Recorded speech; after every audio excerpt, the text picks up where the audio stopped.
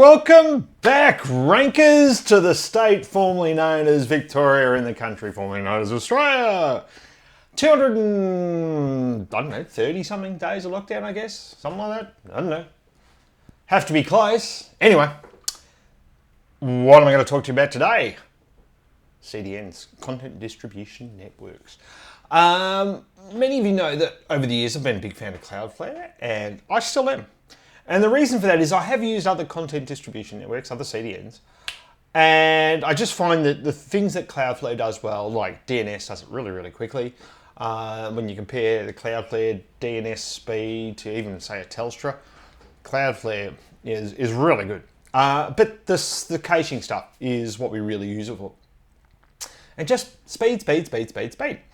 And over the years, and this is going to be an unfair comparison with another CDN called Max CDN, and I say unfair because I think I've only ever configured it once in the last 20 years, and I think the ones that I've encountered since then, the developers that we were working with for the client developers, maybe they'd configured it badly. I don't know, but none of them seem to get the same sort of result that we would get with Cloudflare. And when we'd take someone off Max CDN and put them on Cloudflare, we'd get a greater benefit. Now that may have just been a symptom of the Max CDN's installs I've come across have been set up properly. I don't know, because quite frankly, we didn't get into it. One of the other reasons that we prefer Max CDN, prefer Cloudflare, I should say, over the Max CDN is that the way that it's configured. Now, I don't know whether Max CDN allows you to have everything under your own domain, but the way that Cloudflare does it, it doesn't have all your rich media files, say your images or whatever it might be, sitting on a different subdomain. It's all on the same domain. The way that Max CDN does it, it will say cdn.stuartmedia.biz, whereas Cloudflare, everything would just be on the same domain, no new subdomain. The problem with having a new subdomain is that you get, you have to do a call for DNS, so that's a couple of hundred milliseconds, depending on network traffic, depending on the server and everything else. And you also have to do a new SSL negotiation because you're going to a new server. And that happens every time someone loads, the first time they load the page, the site has to go and do that, and your browser has to go and call those things. Now, once it's done it once, it doesn't have to do it again. But with Cloudflare, that doesn't happen at all. So there's that, right? But then this client I did the other week, it's one we've been working with, it's been about just over a week now. They've been on Cloudflare. This old CDN that you're looking at was actually Max CDN. And those files, and you can see the difference in the waterfall graph there, and you can see a lot of them, for some reason, were being, they look like 301s or 304s. I'm not sure what they were. They seem to have gone now. But we've got this waterfall that keeps getting longer and longer and longer and longer and longer. And for some reason, and this could be the combination of the Max CDN and the Microsoft IIS server that this site runs on. Yes, I know, there are e-commerce sites that still run on IIS. I know! I didn't build it, don't look at me like that. But every file was getting this longer and longer and longer time to first byte. We swapped it over, boom. And what happened? Well, as we've seen before with Google, when you speed a site up, Googlebot will come in and crawl more. Now, it's important to remember with all these things like Core Web Vitals and Google Page Experience and all these things that we've been talking about, a lot of people just look at one report, or maybe they do a report on the homepage or something else. But it's all your product pages, it's your checkout pages. They're the things that the customers are encountering, which usually will have the issues. But check this out. This client had actually done a Core Web Vitals project with their developer. And that happened months ago. But you can see there that orange line, or the burnt ochre, I guess you'd call it, or something like that, line is slowly climbing, indicating some sort of caching issue, like maybe we were getting with the longer waterfall over time. Now we're getting this graph over long. And remember, these are all averages of the amount of pages that Google's crawled. And I'm only looking at one bot here.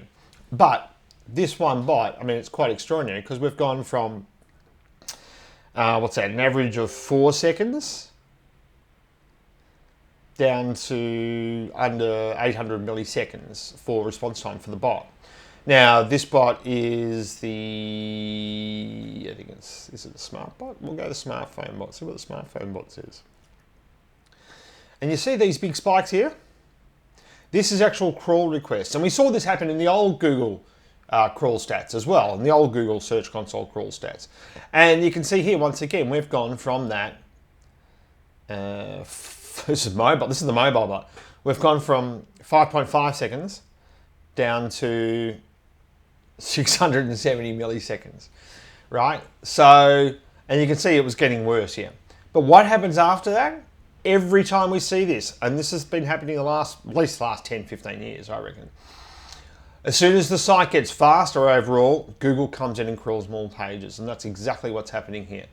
And that's what you want, because you want Google crawling all over your site to keep things fresh, make sure it knows what you have so it can display it to its users.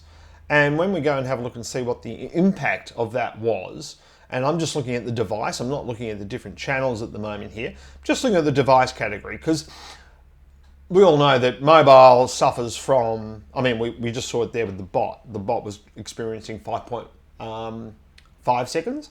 The desktop bot was only doing about 4 seconds page load time. Still horrible, response time. Still horrible, but fixed. And the result of that is that for desktop, we've seen, what's that, nearly 6% increase in e-commerce, a little bit more revenue, which is good, but the real winner here is, of course, mobile with a 61% increase in the e-commerce conversion rate, and of course, 45% increase in conversions, transact, everything's up. Traffic's down, but revenue's up 45%. So the other thing that I'd learned this week, because I usually do these things to find out whether an individual file is actually being cached by Cloudflare, if you're trying to work out something, trying to troubleshoot something. I would normally do that via terminal and use curl to do that and make a request via terminal. Problem with this site is that a lot of the URLs and all the images have parameters, and curl doesn't work for that. So what you can do, and what I learned, which was pretty cool, is that you can go to web page test or GT metrics if you use those to test your speed, and you can have a look at the response that is sent by the server. And what this one says here is CF cache status miss. And what that means is this file is not being cached by Cloudflare. If it said hit, it would.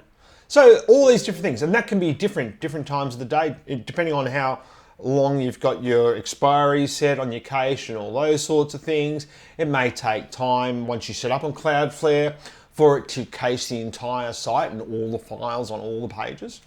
So there's all those sorts of things, but it's fascinating when you get it right. And this client was behind budget and it was driving me crazy. I'm happy to say today they're back on target for revenue budget, but we've got losses to make up for the last 2 months now. So now we've got to go full steam ahead and double down on these changes. But I just found that fascinating, and I thought you might find it helpful, and hopefully you do, and you share with your friends, and you subscribe, and you like, comment, leave a question if you got one. If you want me to cover something, let me know. Speak soon. Thanks very much. Bye.